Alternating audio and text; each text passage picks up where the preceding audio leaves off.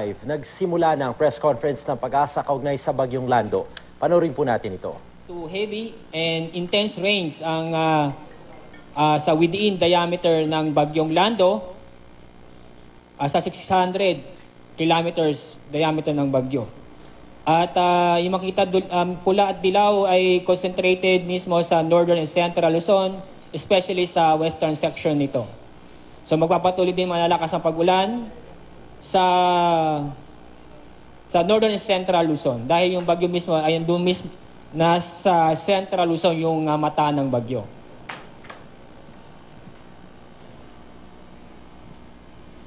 So kayo ng 4 o'clock ng hapon ay nasa vicinity, yung mata ay malapit sa Santa Fe, Nueva Vizcaya ang yung Bagyong Lando.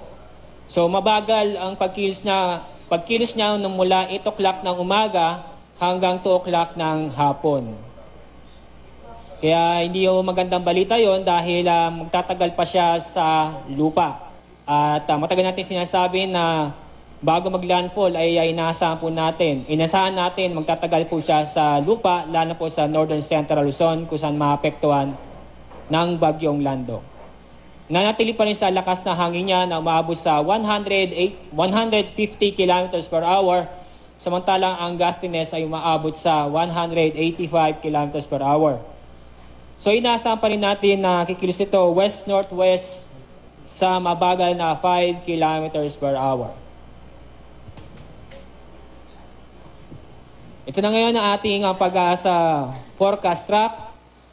At ipakita ko sa inyo yung last two position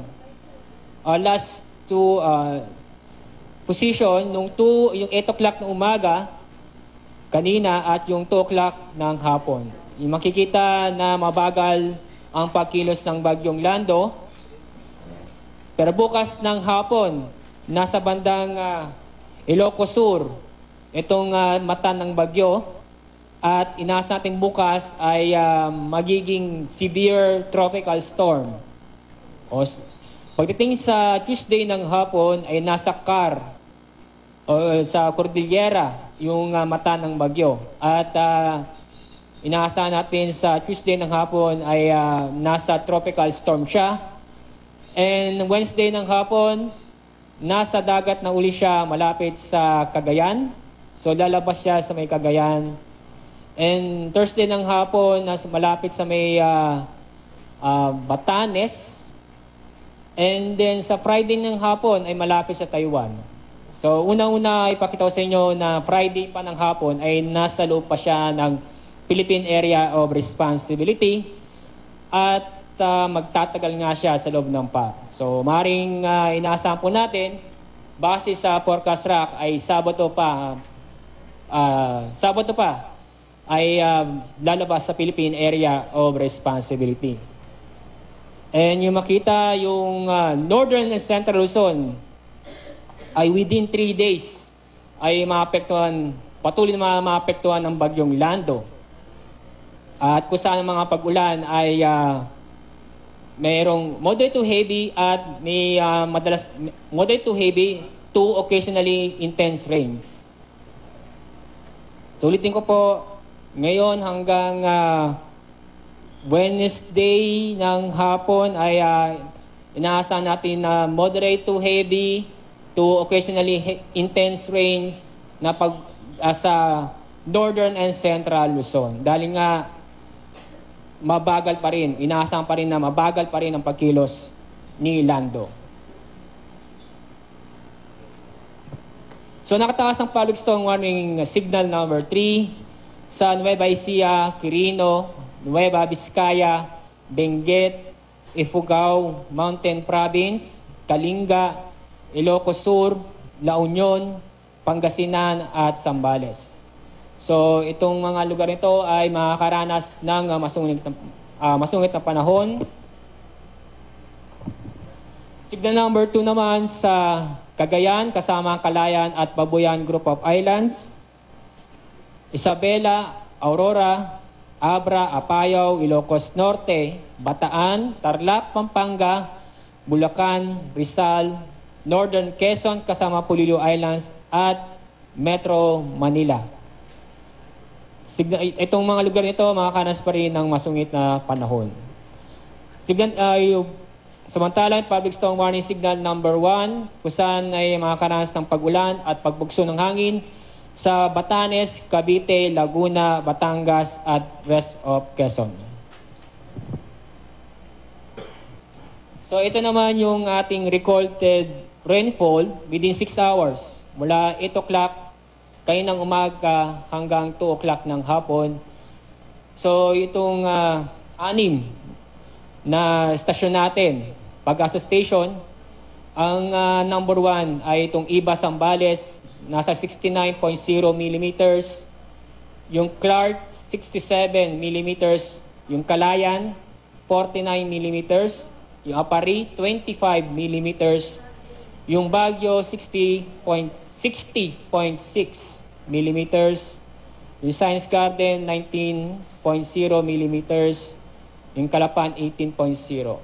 So, sa kabuuan ay moderate to heavy rains ang pag-ulan sa nakalipas na 6 na oras mula 8 o'clock na umaga hanggang 2 o'clock kaninang hapon. So, inaasahan natin, ulitin ko po, Wednesday morning, exit siya sa Cagayan.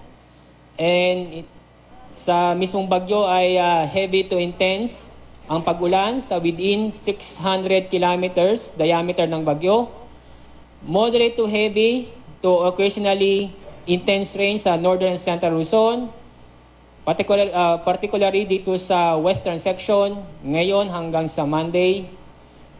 At paalalahan po, paulit-ulit po namin pinalalahanan sa mga lugar kung saan nakataas ang public storm warning signal. Patuloy tayo maging alerto sa mga pagbaha at pagguho ng lupa. At yung ating sea condition sa buong seaboard ng Luzon at Visayas ay delikado pa rin pumalaot dahil sa epekto ng bagyo at yung amihan. And ito po yung huling update about sa bagyo. Meron kayong mga katanungan? Sir, ano po yung inaasahan natin magiging epekto ng pagtagal ng pananatili nila sa ating area of responsibility? So, i-emphasize po namin na 3 days pa siya mamalagi sa lupa. So, magtatagal pa ang bagyo. So, magtatagal pa ang pag-ulan. Malalakas na ulan sa northern and central Luzon. Although yung Wednesday ng hapon ay nasa dagat na siya, pero yung kalahati ng bagyo, yung half, i-radius ng bagyo ay nahagip pa rin ng northern Luzon. Kaya inaasahan natin na kung kailan bubuti ang panahon sa northern Luzon ay sa Thursday o Friday pa. Sa Central Luzon naman, kung kailan bubuti ang panahon, sa Wednesday o Thursday pa. So, sir, sabi niyo po kanina 30 millimeters per hour. How about now? And are we retracting our statement na it might cause as much damage as flood? Ay, hindi. Gaya ho ng ating narinig mula sa Pag-asa, pinag-iingat ho yung mga taga-Northern at Central Luzon, lalo't sila ho yung makakaranas ng heavy hanggang intense rain sa bahagi ng 600 kilometers na diameter ng bagyo dahil yan po yung tinutumbok sa ngayon. Alas 4 ng hapon ay namataan ng Pag-asa ang bagyo na nasa bahagi ng Santa Fe, Nueva Ecija at mabagal daw ang kilos nito at magtatagal sa lupa. Napanatili daw po nito ang lakas na 150 kilometers per hour at may gustiness na 185 kilometers per hour. Kumikilos ito ngayon west-northwest sa bagal na 5 kilometers per hour. Ang tayaho ng Pag-asa ay posible na sa Sabado palalabas ng Philippine Area of Responsibility itong si Bagyong Lando, pero bukas ng hapon nasa bahagi ito ng Ilocos. Pagkasapit ho ng Martes ay nasa Cordillera Autonomous Region. Wednesday ho nasa bahagi na ng dagat sa porsyon ng Cagayan at paakyat na ho ito ng Batanes hanggang Taiwan sa Biyernes. Para naman ho sa mga itinaas na public storm signal ng Pag-asa, ang signal number 3 ho ay nakataas sa Nueva Ecija, Quirino, Nueva Vizcaya, Mountain Province, Ilocos Sur, Pangasinan at Zambales. Signal number 2 naman ho sa Cagayan, Babuyan at Calayan Group of Islands, Isabela, Pampanga, Aurora, Abra, Ilocos Norte, Bulacan, Pulilio Island, Rizal at dito po sa Metro Manila. Nakataas naman po ang signal number 1 sa Batangas, Laguna at rest of Quezon.